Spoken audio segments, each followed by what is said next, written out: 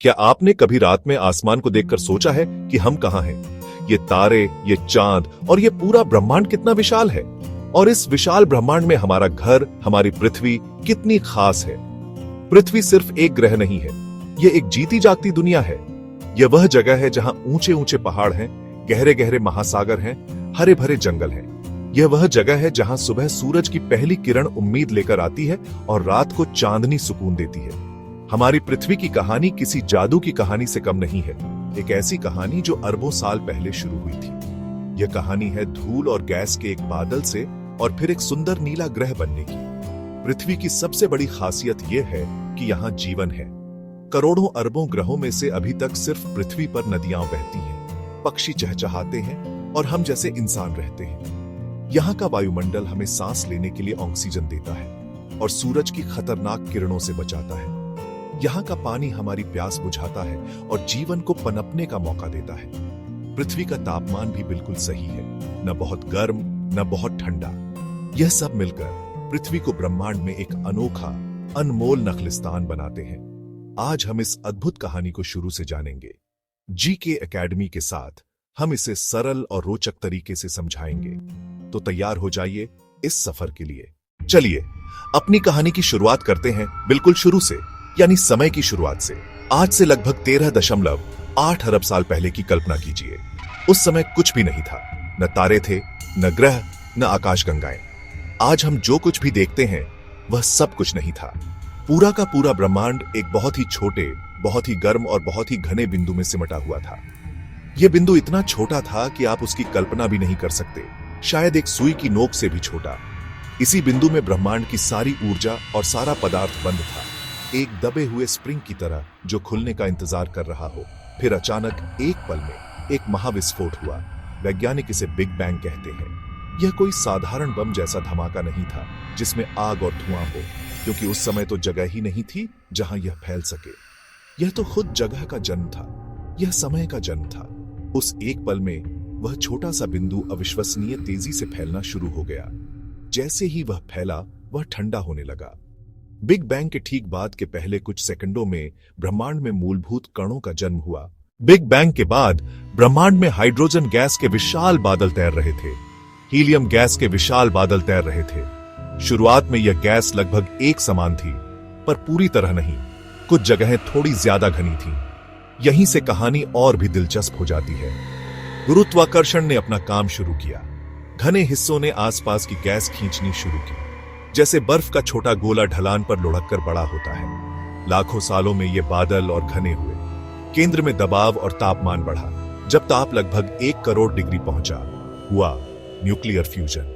Hydrogen जुड़कर helium बन रहा था और इससे भारी मात्रा में रोशनी पैदा हुई और बहुत गर्मी। इसी पल पहले तारे का जन्म हुआ। अंधकार युग खत्म, रोशनी फैलने लगी। एक तारा अकेला नहीं बनता, इन बादलों में हजारों लाखों तारे बनते हैं। तारों की नर्सरी। ये आपस में बंधकर गैलेक्सी बनाते हैं। हमारी आकाशगंगा का नाम मिल्की वे है। इसमें हमारे जैसे अरबों तारे हैं। रात में जो धुंधली सफेद पट्टी दिखती है, वही हमारी गैलेक्सी है। अब हम अपनी कहानी में उस मोड़ पर आ गए हैं जहां हमारा अपना घर, हमारा सौरमंडल बनने वाला था। आज से लगभग 4.6 अरब साल पहले हमारी आकाशगंगा मिल्की वे के एक शांत कोने में गैस और धूल का एक बहुत बड़ा घूमता हुआ बादल था। वैज्ञानिक इसे सोलर नेबुला कहते हैं। यह बादल उन पुराने मर चुके तारों की राख से बना था जिन्होंने सुपरनोवा विस्फोट में अपने बनाए भारी तत्वों को अंतरिक्ष में बिखेर दिया था। तो हमारे बनने का सामान पहले से ही वहां मौजूद था। हाइड्रोजन, हीलियम, ऑक्सीजन, कार्बन, लोहा, सब कुछ। किसी पास के तारे में हुए सुपरनोवा विस्फोट से आई शॉकवेव के कारण या किसी और वजह से इस बादल ने गुरुत्वाकर्षण के प्रभाव में सिकुड़ना शुरू कर दिया। जैसे जैसे यह सिकुड़ता गया, इसकी घूमने की गति और तेज होती गई। ठीक वैसे ही जैसे कोई आइस डांसर अपनी बाहें सिकोड़कर तेजी से घूमने लगता है। सिकुड़ने की वजह से बादल छपटा होकर डिस्क तश्तरी जैसा बन गया। इस घूमती हुई डिस्क के केंद्र में ज्यादातर गैस और धूल इकट्ठा हो गई। यहां दबाव और तापमान इतना ज्यादा बढ़ गया कि फिर से वही जादुई प्रक्रिया शुरू हुई, न्यूक्लियर फ्यूजन। जब हमारी पृथ्वी का जन्म हुआ तो यह आज जैसी बिल्कुल नहीं थी। यह एक धधकता हुआ, पिघली हुई चट्टानों का गोला थी। इसकी सतह पर लावा के महासागर बह रहे थे। उस समय अगर कोई इसे देखता तो यह एक छोटा लाल गर्म तारा जैसा दिखता। लगातार छोटे बड़े उल्का पिंडों की बारिश हो रही थी, साथ ही बड़े चट्टानी टुकड़े भी टकरा रहे थे। ये टकराव पृथ्वी को और भी गर्म बना रहे थे। यह हमारे ग्रह के बचपन का सबसे हिंसक और उथल पुथल भरा दौर था। उस समय जीवन की कल्पना करना असंभव था। बस एक आग का गोला। धीरे धीरे करोड़ों सालों में पृथ्वी ठंडी होने लगी। इसकी बाहरी सतह पर एक पतली सख्त परत जमने लगी, जैसे जैसे दूध के ऊपर मलाई जमती है। यही हमारी पृथ्वी की पहली पपड़ी या क्रस्ट थी। पर अंदर से पृथ्वी अभी भी बहुत गर्म और पिघली हुई थी। ज्वालामुखियों के फटने से अंदर की गैसें बाहर निकलने लगी। कार्बन डाइऑक्साइड, जल वाष्प, पानी की भाप, नाइट्रोजन, मीथेन। इन गैसों ने पृथ्वी के चारों ओर घना पहला वायुमंडल बना दिया। इस वायुमंडल में ऑक्सीजन बिल्कुल नहीं थी, सांस लेने लायक नहीं। पृथ्वी के शुरुआती वायुमंडल का जल वाष्प ठंडी होकर बादलों में बदलने लगा। फिर लाखों सालों तक घनघोर बारिश हुई। पानी गड्ढों में भरने लगा। ये गड्ढे धीरे धीरे विशाल महासागरों में बदल गए। हमारी पृथ्वी की कहानी में एक और बहुत महत्वपूर्ण किरदार है, हमारा चांद। क्या आपने कभी सोचा है कि चंद्रमा कहां से आया? यह कहानी पृथ्वी के शुरुआती दिनों की उथल पुथल से जुड़ी है। वैज्ञानिकों का मानना है कि आज से लगभग 4.48 अरब साल पहले जब पृथ्वी पिघली हुई थी, एक विशाल पिंड थिया तेज गति से आकर टकराया। टक्कर से पृथ्वी का बड़ा हिस्सा अंतरिक्ष में बिखर गया। मलबे ने पृथ्वी के चारों ओर गर्म रिंग बना ली। यह बिल्कुल शनि के छल्लों जैसा दिख सकता था, पर बहुत गर्म था। गुरुत्वाकर्षण से मलबा जुड़ता गया, छोटे टुकड़ों से बड़े टुकड़े बने। धीरे धीरे सब मिलकर एक गोला बना, यही चंद्रमा। शुरुआत में चंद्रमा पृथ्वी के बहुत करीब था, 10-20 गुना ज्यादा पास, इसलिए वह आसमान में बहुत बड़ा दिखता होगा। चंद्रमा का बनना पृथ्वी के लिए निर्णायक रहा। उसके गुरुत्व ने पृथ्वी की घूर्णन गति धीमी की। दिन 6 घंटे से बढ़कर 24 घंटे हो गया। बिना चंद्रमा के पृथ्वी आज भी बहुत तेजी से घूमती, जिससे यहां बहुत तेज हवाएं चलती और मौसम बहुत अस्थिर होता। चंद्रमा ने पृथ्वी की धुरी के झुकाव को भी स्थिर किया है। पृथ्वी का झुकाव लगभग 23 है। गर्मी, सर्दी, वसंत, पतझड़ यही झुकाव मौसम बनाते हैं। चंद्रमा ने इस झुकाव को स्थिर रखा, मौसम अनुमानित और जीवन के लिए अनुकूल बना। तो हमारा चांद सिर्फ रोशनी नहीं, बल्कि पृथ्वी का वफादार साथी है। अब जब पृथ्वी थोड़ी ठंडी हो चुकी थी, महासागर बन चुके थे और वायुमंडल भी मौजूद था, तो जीवन के लिए मंच लगभग तैयार था। लेकिन जीवन शुरू कैसे हुआ? यह विज्ञान के सबसे बड़े और गहरे सवालों में से एक है।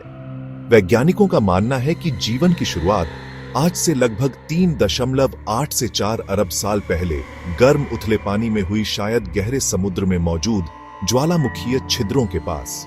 इन जगहों पर पानी गर्म था और पृथ्वी के अंदर से निकले रसायनों से भरपूर था। यहां जीवन के लिए जरूरी सभी तत्व, carbon, hydrogen, nitrogen, oxygen, phosphorus माना जाता है कि उस समय के रासायनिक सूप में बिजली कड़कने या सूरज की पराबैंगनी किरणों से मिली ऊर्जा के कारण सरल रसायन आपस में जुड़कर अधिक जटिल अणु बनाने लगे। ये अणु अमीनो एसिड और न्यूक्लियोटाइड जैसे थे। लाखों सालों तक ये अणु आपस में जुड़ते रहे और संयोग से एक ऐसा अणु बन गया जो अपनी नकल खुद बना सकता था, शायद आरएनए जैसा। यह स्वप्रतिकृति करने वाला अणु धीरे धीरे एक झिल्ली या मेम्ब्रेन के अंदर बंद हो गया और इसी के साथ पहली कोशिका जन्मी। अरबों सालों की इस लंबी और अद्भुत यात्रा के बाद हम आज यहाँ हैं, एक ऐसे ग्रह पर जो ब्रह्मांड की विशालता में एक नीले मोती की तरह चमकता है। हमने देखा कि कैसे एक महाविस्फोट से ब्रह्मांड का जन्म हुआ, कैसे तारों की धूल से हमारा सौरमंडल बना और कैसे आग का एक गोला धीरे धीरे जीवन से भरपूर एक सुंदर दुनिया में बदल गया। पृथ्वी की कहानी हमें बताती है कि हमारा अस्तित्व कितनी दुर्लभ और कीमती घटनाओं की एक श्रृंखला का परिणाम है। सही जगह पर होना, सही आकार का होना, एक चांद का साथ मिलना, जीवन की पहली चिंगारी का जलना। पृथ्वी सिर्फ चट्टान, पानी और हवा का गोला नहीं है, यह हमारा एकमात्र घर है। यह वह जगह है जिसने हमें पाला पोसा है, हमें सांस लेने के लिए हवा दी है, पीने के लिए पानी दिया है और रहने के लिए जमीन दी है। नदियां, पहाड़, जंगल, जीव जंतु एक जटिल और नाजुक संतुलन में एक दूसरे से जुड़ी हुई हैं। जीके अकादमी में हम मानते हैं कि इस संतुलन को समझना और इसका सम्मान करना हमारा सबसे बड़ा कर्तव्य है। हमारी जिम्मेदारी है कि हम अपने इस घर की देखभाल करें। हमें याद रखना होगा कि हम इस ग्रह के मालिक नहीं, बल्कि इसके संरक्षक हैं और हमें इसे आने वाली पीढ़ियों के लिए सुरक्षित रखना है। चलिए अपने घर को बचाएं, क्योंकि ऐसा दूसरा घर पूरे ब्रह्मांड में कहीं नहीं है।